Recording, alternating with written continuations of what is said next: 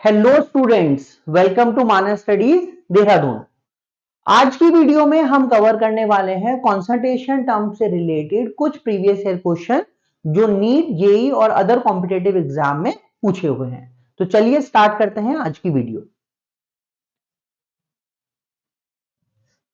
First question आपको कहा गया है 25 ml of 3 molar HNO3 is mixed with 75 ml of 4 molar HNO3 solution. Now, if the volumes are additive, determine the molarity of the resultant solution. तो हमें यहां पर जो मिक्सचर बनने वाला है उस रिजल्टेंट मिक्सचर की मोलारिटी को फाइंड आउट करना है। देखिए, जब हम दो सॉल्यूशन को ऐड करते हैं इसका मतलब हम वहां पर उनके मोल्स को ऐड कर रहे हैं। वॉल्यूम एडिटिव है, मोल्स भी एडिटिव है। तो अगर मैं फाइनल सॉल्यूशन का जो मोलारिटी है उसको M3 मान लूं, so it means the molarity of the final solution M3 will be equal to M1V1, ये पहले सॉल्यूशन के मोल्स हुए, plus M2V2 divided by V1 plus V2, क्योंकि वॉल्यूम कैसी है, वॉल्यूम एडिटिव इन नेचर होता है। तो इसी कॉन्सेप्ट के अकॉर्डिंग अगर हम चलते हैं तो M3 की वैल्यू हो गई, ये M1 कितना है 3 into 25 plus 4 into 75 divided by V1 plus V2 means it is going to be the 100 ml। अब देखिए, आप यहां पर वॉल्यूम को लीटर में भी कन्वर्ट कर सकते हैं और आप ml में लेकर भी क्वेश्चन को सॉल्व कर सकते हैं। तो हमारे पास में 25 3 जा 75 प्लस 75 4 जा हो गया 300 divided by 100, so 375 by 100 that is equal to 3.75 m। So C is the right answer here. ठीक है, अब समझिए, अगर यही क्वेश्चन आपके पास एसिड और बेस के रिस्पेक्ट में आता, एक इस तरह के क्वेश्चन भी आपसे पूछा जा सकता है। For example, we have 25 ml 0.1 m HCl and 50 ml 0.1 m NaOH solution। देखिए, इस पर्टिकुलर केस में यहां पर एसिड और बेस को आपस में रिएक्ट किया गया है। इसका मतलब यहां पर न्यूट्रलाइजेशन रिएक्शन होने वाली है, और न्यूट्रलाइजेशन का मतलब हुआ कि जो एसिड के मोल्स हैं वो बेस के मोल्स को न्यूट्रलाइज करने वाले हैं। तो HCl के जो मिलीमोल्स हमें मिले, ये मिले 25 इंटू 0.1 दैट इज 2.5। वहीं NaOH के मिलेंगे 50 into 0.1 that is equal to 5।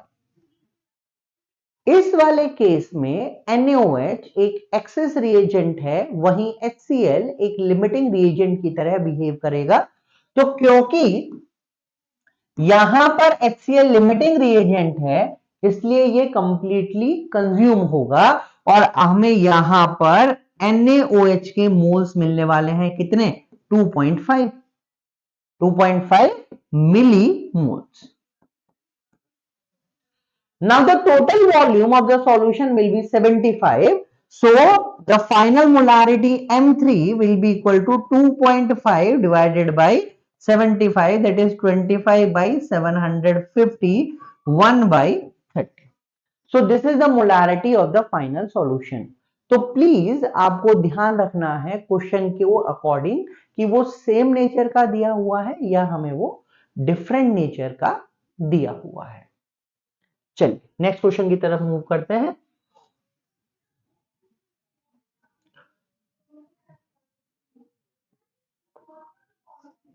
Next question बहुत सिंपल फॉर्मूला बेस्ड क्वेश्चन है।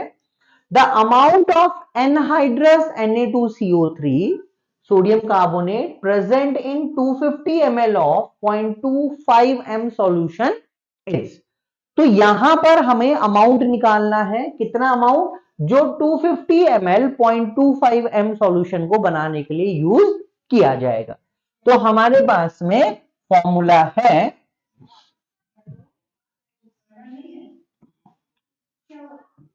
Molarity is equal to given mass divided by molar mass into 1000 upon volume of solution in ml।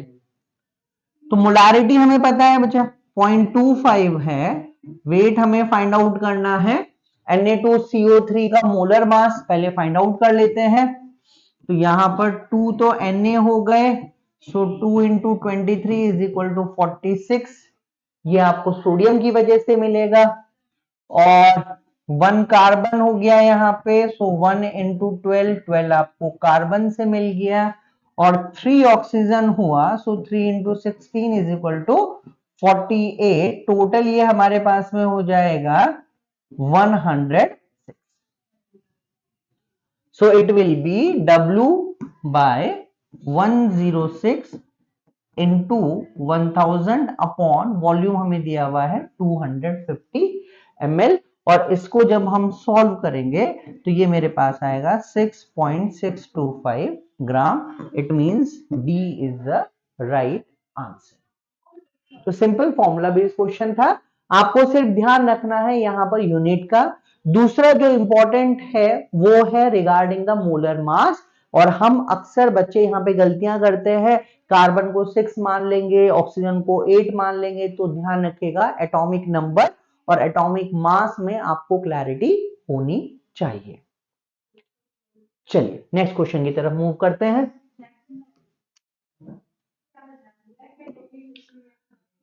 Next question है dilution का। देखिए dilution का मतलब हुआ कि हम एडिशन ऑफ सॉल्वेंट करते हैं। यूजुअली डाइल्यूशन के लिए वाटर को यूज किया जाता है। जब डाइल्यूशन होगा तो डाइल्यूशन होने से सॉल्यूट के मोल्स चेंज नहीं होते हैं, लेकिन जो सॉल्यूशन की वॉल्यूम है वो चेंज होगी। इसलिए क्योंकि मोल्स चेंज नहीं हो रहे हैं तो हम लिख सकते हैं कि बिफोर डाइल्यूशन, इसको रेड कर लेते हैं, जो नंबर ऑफ मोल्स हमें मिलने वाले हैं वही आफ्टर डाइल्यूशन भी होंगे। सो बिफोर डाइल्यूशन अगर मैं मोल्स को M1V1 कंसिडर करता हूं तो after dilution it will be M2V2, where V2 is the final volume of the solution. ध्यान रखिएगा V1 इनिशियल वॉल्यूम है, V2 फाइनल वॉल्यूम है। M1 इनिशियल मोलारिटी है before dilution, M2 final molarity है after dilution. Question को थोड़ा समझते हैं क्योंकि थोड़ा सा ट्रिकी क्वेश्चन है। आपको 1 लीटर 1 मोलर H2SO4 सॉल्यूशन दिया हुआ है जिसमें आपने 5 लीटर वाटर ऐड किया है। ध्यान रखिएगा आपने वॉल्यूम, इनिशियल वॉल्यूम में 5 लीटर वाटर ऐड किया है। इसका मतलब जो फाइनल वॉल्यूम होगी वो 6 लीटर आएगी। इसका मतलब अब हम यहां से देखते हैं 1 मोलर का है, 1 लीटर है, M2 मुझे फाइंड आउट करना है, ये हो गया 6। So M2 will be equal to 1/6। Okay,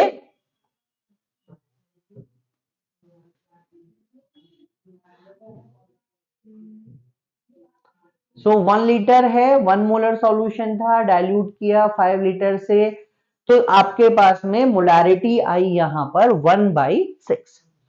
but remember यहां पे हमें क्या पूछा हुआ है, यहां पे पूछा है हमें नॉर्मेलिटी। तो नॉर्मेलिटी जो होती है, नॉर्मेलिटी होता है molarity into n factor. Acid के लिए जो एन फैक्टर है वो उसकी बेसिसिटी या number of replaceable H atom होते हैं। H2SO4 डाई बेसिक है, so 1/6 into 2 that is equal to 1/3। और 1/3 अगर आएगा तो आप इसको अगर नॉर्मेलिटी में चेंज करेंगे बच्चा तो ये आ जाएगा 0.33 नॉर्मल। ठीक है, तो आपको ध्यान रखना है, क्वेश्चन को बहुत ध्यान से पढ़ना है कि वो नॉर्मेलिटी पूछता है, मोलारिटी पूछ रहा है, सेम टाइप का नेचर दिया हुआ है या फिर डिफरेंट टाइप के नेचर के सॉल्यूशन का मिक्सचर आपको दिया हुआ है।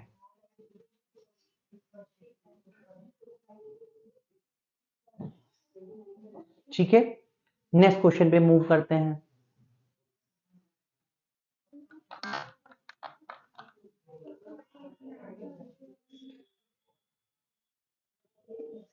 नेक्स्ट क्वेश्चन है the normality of 0.3 m phosphorous acid H3PO3 is. पिछले क्वेश्चन में हमने अभी समझा है नॉर्मेलिटी क्या होता है, ये हुआ मोलारिटी इनटू n फैक्टर। देखिए यहां पर मेरे पास में 0.3 m फॉस्फोरस एसिड है तो मैं करूंगा 0.3। Now what is the n factor? n factor की डेफिनेशन है it is the number of replaceable hydrogen atom. So अगर हम यहां पर H3PO3 का स्ट्रक्चर ड्रॉ करेंगे, so this is the structure of H3PO3। Remember सिर्फ वही हाइड्रोजन रिप्लेस हो सकते हैं जो डायरेक्टली फोन कॉल से चिपके हुए होंगे। तो हमारे पास की पॉइंट यहां पे क्या आ गया, की पॉइंट आ गया बचा यहां पर फोन कॉल। सो अगर हम इस पॉइंट के अकॉर्डिंग देखते हैं, so there are only 2 hydrogen atom which are directly bonded to oxygen atom. तो इसलिए इसकी बेसिसिटी कितनी होगी, 2 होगी। So 0.3 into 2 that is equal to 0.6 normal is the right answer। Comment section में बताएंगे अगर हमारे पास H3PO2 है तो इसकी बेसिसिटी कितनी होने वाली है। यहां पर बेसिसिटी से रिलेटेड या फिर हम कहें n फैक्टर से रिलेटेड एक और टाइप का क्वेश्चन पूछा जा सकता है। फॉर एग्जाम्पल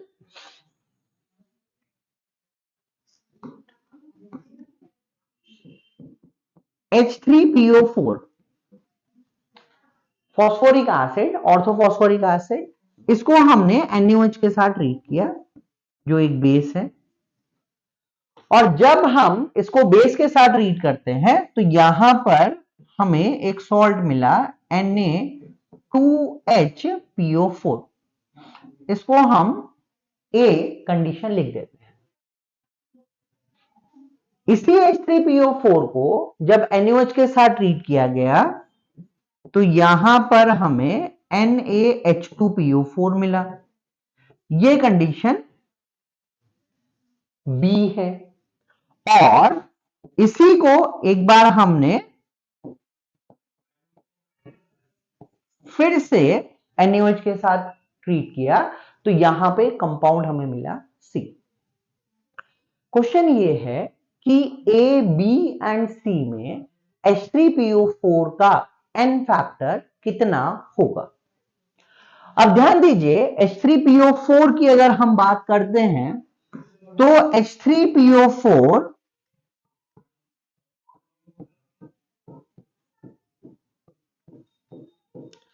एक ट्राइबेसिक एसिड होता है। क्योंकि ये ट्राइबेसिक एसिड है इसका मतलब इसका n फैक्टर कितना होना चाहिए, 3 होना चाहिए।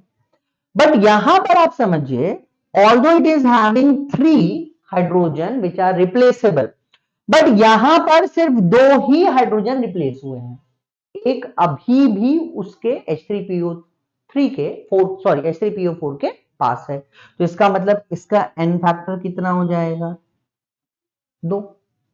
भाई हम याद किनको करते हैं, याद उनको करेंगे जो हमारे साथ नहीं है, जो हमें छोड़कर चले गए।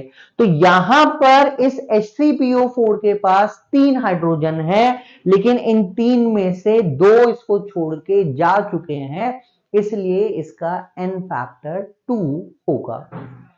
यहां पे हम देखें तो Na यानी एक ही हाइड्रोजन रिप्लेस हुआ है, इसलिए इस पर्टिकुलर केस में n फैक्टर 1 होगा, और यहां पर 3 हाइड्रोजन डिस्प्लेस हो चुके हैं, इसलिए यहां पे n फैक्टर 3 आएगा। तो इस टाइप के क्वेश्चन यहां पे आपसे इक्विवेलेंट वेट के बारे में भी पूछा जा सकता है कि H3PO4 का इक्विवेलेंट वेट इन 3 अलग अलग कंडीशन में किस तरीके से वैरी कर सकता है। तो इक्विवेलेंट वेट क्या होता है? It is molecular weight divided by n factor. तो molecular weight by 2, molecular weight by 1 and molecular weight by 3। Ratio पे क्वेश्चन आ सकता है कि इन तीनों का रेशो किस तरीके से चेंज होगा, वहां पर भी हम चीजों को फाइंड आउट कर सकते हैं। सो आई होप ये पॉइंट, ये क्वेश्चन आपको ढंग से समझ में आता है। चलिए नेक्स्ट क्वेश्चन की तरफ मूव करते हैं।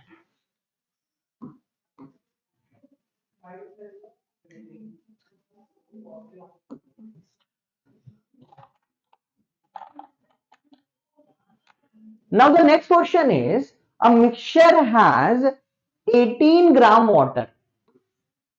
एक मिक्सचर हमें दिया हुआ है भाई, इसमें 18 ग्राम वाटर है एंड 414 ग्राम इथेनॉल है। The mole fraction of water in mixture is, water का मोल फ्रैक्शन हमें फाइंड आउट करना है। अब मोल फ्रैक्शन के रिलेटेड कुछ इंपॉर्टेंट जो पॉइंट है याद करने वाले कौन से थे? सबसे पहली बात, मोल फ्रैक्शन क्या है? एक टेम्परेचर इंडिपेंडेंट कॉन्सेंट्रेशन टर्म होता है। दो मोल फ्रैक्शन का सम, अगर किसी कोई हम बाइनरी कंपोनेंट की बात करते हैं तो उसका सम 1 है। Mole fraction is the ratio of individual mole upon total मोल। इसका मतलब इस पर्टिकुलर केस में अगर मुझे मोल फ्रैक्शन निकालना है H2O का, this will be equal two moles of H2O upon moles of H2O plus moles of ethanol C2H5OH।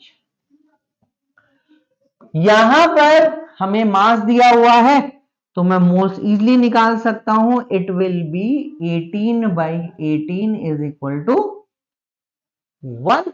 और अगर हम इथेनॉल का मोल्स निकालेंगे that will be 414/46। Okay, it is coming to be 9। तो टोटल मोल्स कितने हो गए बेटा? टोटल मोल्स हो गए यहां पर 10।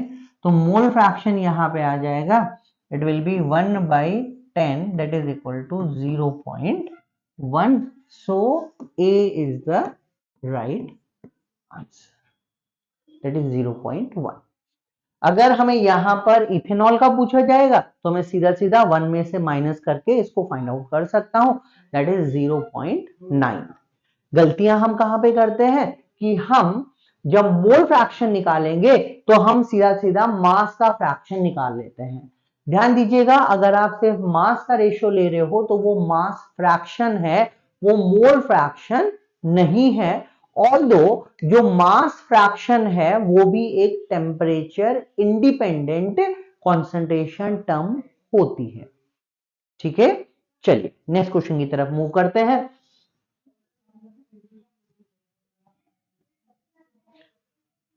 नेक्स्ट क्वेश्चन हमसे कहा गया है, when a solute is present in trace quantity the following expression is used. ध्यान रखिएगा, जब भी सॉल्यूट बहुत ट्रेस क्वांटिटी में प्रेजेंट होगा, जैसे हम हार्डनेस ऑफ वाटर देख रहे हैं, बीओडी को किसी वाटर सैंपल में एनालाइज करते हैं, ठीक है, ट्रेस एंड टॉक्सिक जो कंपाउंड्स हैं, जो एलिमेंट्स हैं, उनको टोबैको में या फिर च्युइंगम में या फिर किसी फूड स्टफ में एनालाइज किया जाता है, तो वहां पर हम पीपीएम को यूज करते हैं। तो आंसर आएगा इसका ppm. ppm stand for parts per million, that is equal to weight of solute upon weight of solution into 10 to the power 6। Again ppm क्या है, एक टेम्परेचर इंडिपेंडेंट कॉन्सेंट्रेशन प्रॉपर्टी होती है। अगर हम बात कर रहे हैं ग्राम पर मिलियन, ठीक है, मिलीग्राम परसेंट, ये परसेंटेज हो गया, माइक्रोग्राम परसेंट, तो द आंसर इज पार्ट्स पर million, that is ppm.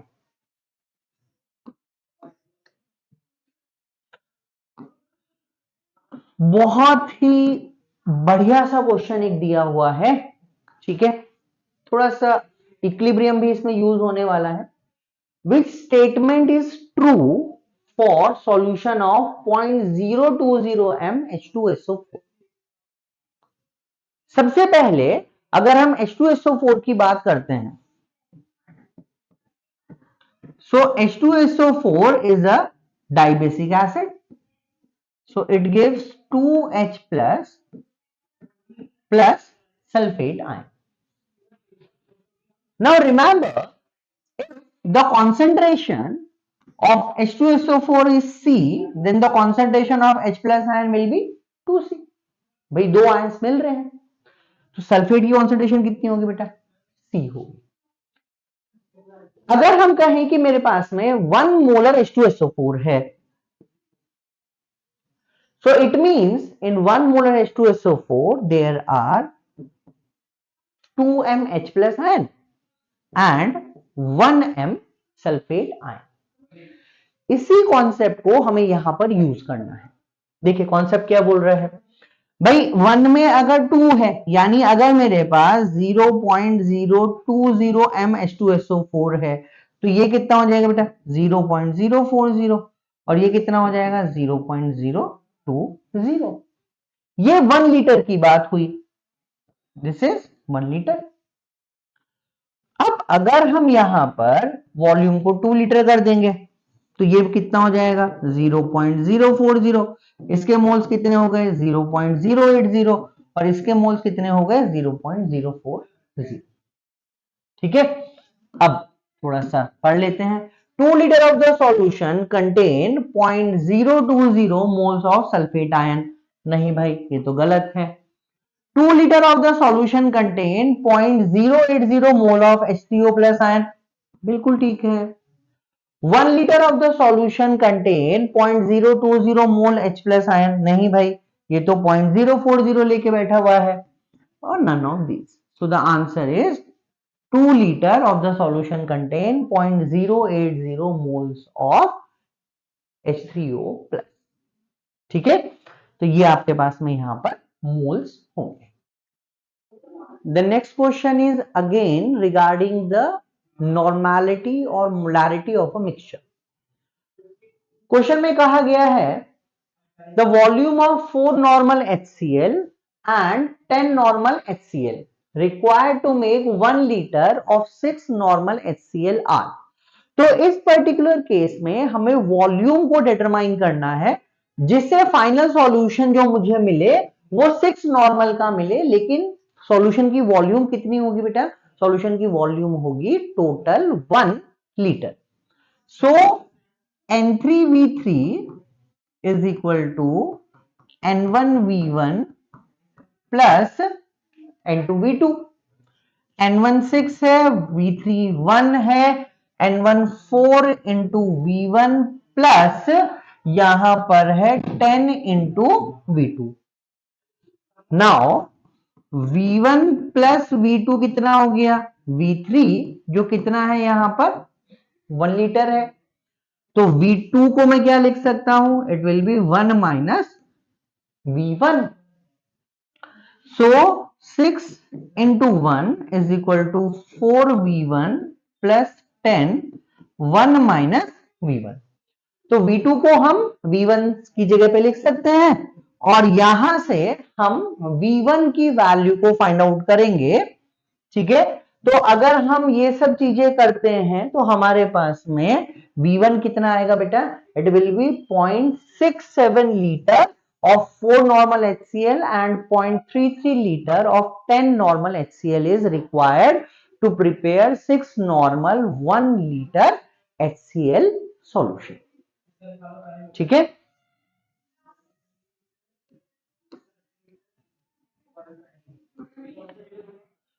Now next question कुछ जैसे हमने पहले क्वेश्चन किया था Na2SO CO3 का, वैसा ही है, बट वहां पर हमें मोलारिटी दी हुई थी, यहां पर हमें नॉर्मेलिटी दी हुई है। नाउ नॉर्मेलिटी को हम डिफाइन कैसे करते हैं? नॉर्मेलिटी को कैसे डिफाइन करेंगे? नॉर्मेलिटी हुआ, it is the gram equivalent of solute divided by volume of solution in liter. Now this gram equivalent is given by given mass divided by equivalent mass. इस case में हमें equivalent mass given है, अगर नहीं होगा तो हम equivalent mass को फाइंड आउट कर सकते हैं। इक्विवेलेंट मास होता है molecular mass divided by n factor.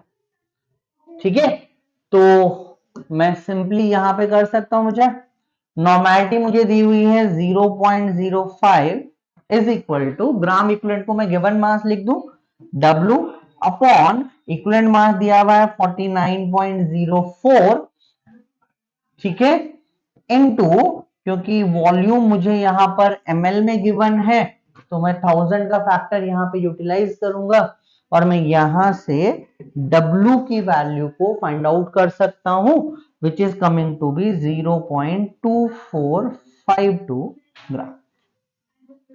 ठीक है, तो नॉर्मेलिटी हो चाहे मोलारिटी हो, जब हमें मास फाइंड आउट करना है तो हम सिंपल फॉर्मूले में रख के उसको कैलकुलेट कर सकते हैं।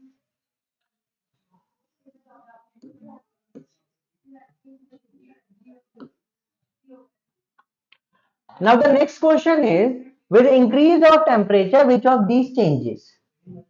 तो हमने प्रीवियस जो हमारे पास में वीडियोस है उनमें पढ़ा है कि कॉन्सेंट्रेशन टर्म टेम्परेचर डिपेंडेंट भी हो सकता है और टेम्परेचर इंडिपेंडेंट भी हो सकता है।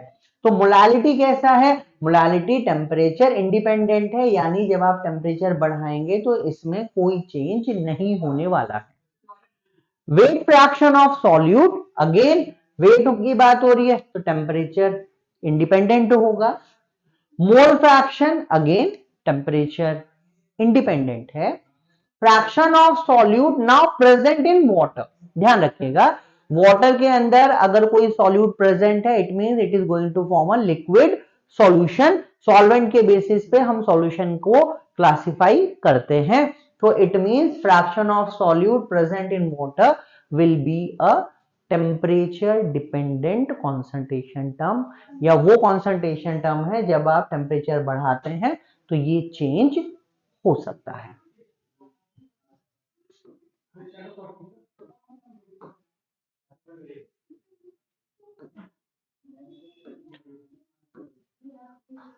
Now we have 3 molar NaOH solution has a density of 1.110 gram per ml. What is the molarity of the solution? देखिए इस क्वेश्चन को हम डायरेक्ट फॉर्मूले से भी कर सकते हैं और हम यहाँ पे थोड़ा सा कॉन्सेप्ट समझकर भी चीजों को कर सकते हैं। अब अगर मेरे पास में 3 मोलर NaOH सॉल्यूशन है, इसका मतलब यहां पे हुआ 3 moles NaOH in 1 kg, that is 1000 gram solvent, ये मुझे यहां से मिला। तो अगर मैं यहां पर NaOH का मास निकालूंगा it will be mole into molar mass, that is equal to 120 gram, और वेट ऑफ H2O हमें यहां पे मिला 1000 ग्राम, यानी जो वेट ऑफ सॉल्यूशन होगा that will be solute plus solvent, that is equal to 1120 gram. अब मुझे सॉल्यूशन का मास पता चल गया और मेरे को सॉल्यूशन की डेंसिटी पता है, और वो डेंसिटी क्या होता है? It is mass by volume, तो वॉल्यूम होगा m by d, so 1120 divided by 1.110 is the volume in ml। ये आपको सॉल्यूशन की वॉल्यूम मिलने वाली है ml में। तो मोलारिटी मैं इजीली यहां से निकाल सकता हूं, molarity is equal two moles कितने हो गए 3 into 1000 upon volume of solution that is 11200 upon 1.110। Okay, और इसको अगर हम सॉल्व करते हैं तो ये आंसर आपके पास में आने वाला है 2.973। ये तो बात हुई कॉन्सेप्ट की। अब अगर मैं इसको फॉर्मूले में लिखना चाहता हूं, देखिए जो चीज हमने यहां पे की है उसी तरीके से हम लिख सकते हैं। सो अच्छा, मैं यहाँ पे मोलारिटी दी हुई है, ठीक है। तो मोलारिटी को अगर मुझे मोलारिटी में चेंज करना है या मोलारिटी को मोलालिटी में चेंज करना है तो उसके लिए मैं यहाँ पे कन्वर्जन फैक्टर लगा सकता हूं। चलिए नेक्स्ट क्वेश्चन की तरफ चलते हैं बेटा। नेक्स्ट क्वेश्चन हमें कहा गया है the number of moles of a solute in its solution is 20 and total number of moles are 80। The mole fraction of solute is. So mole fraction temperature independent है, it is individual mole upon total mole. तो यहां पर mole fraction यानी जो solute के moles हो गए वो कितने हैं 20, और एन टोटल जो हमें दिया हुआ है वो है 80। It means moles of solvent will be 60। तो आपको सॉल्यूट का मोल फ्रैक्शन निकालना है। So mole fraction of solute will be total moles upon this one, it will be 1/4 0.25।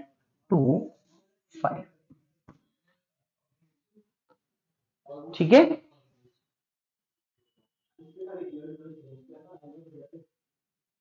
तो हमें यहाँ पर सॉल्यूट का मोल फ्रैक्शन निकालना था।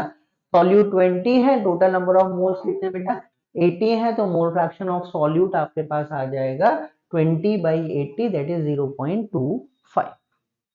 अगर यहीं पे वो सॉल्वेंट के बारे में पूछ लेता तो कितना आ जाएगा, it will B 0.75।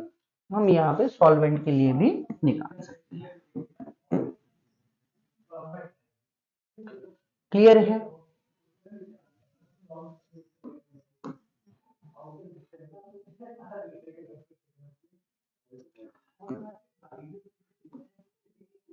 Now, next question is the mole fraction of the solute in 1 molar aqueous solution is। यहां पर हमें मोलालिटी दी हुई है।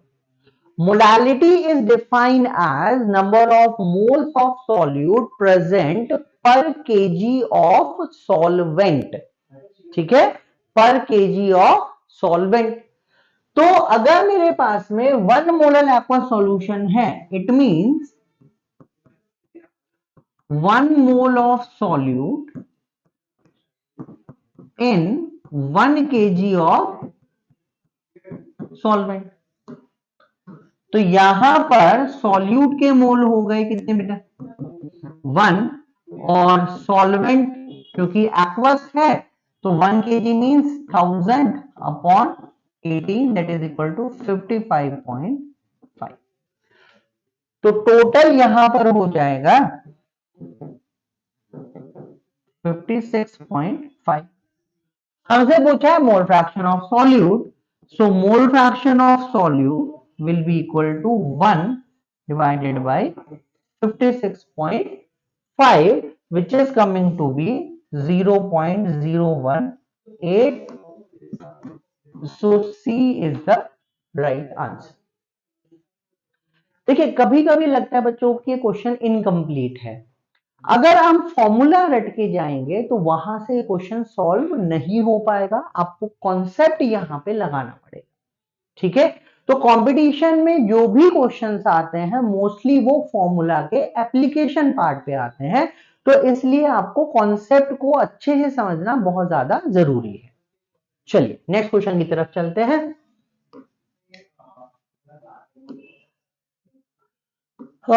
नेक्स्ट क्वेश्चन हमें कहा गया है Al2SO4 होल थ्राइस यानी एल्यूमिनियम सल्फेट का सॉल्यूशन मुझे दिया हुआ है, इसको मैं वाइट कर लेता हूं। और इस सॉल्यूशन की जो डेंसिटी है ये 1.253 ग्राम पर ml है and it contains 22% salt by weight. अब 22 मास परसेंट आपको दिया हुआ है बेटा, इसका मतलब 22 gram Al2SO4 whole thrice in 100 gram of solution, right.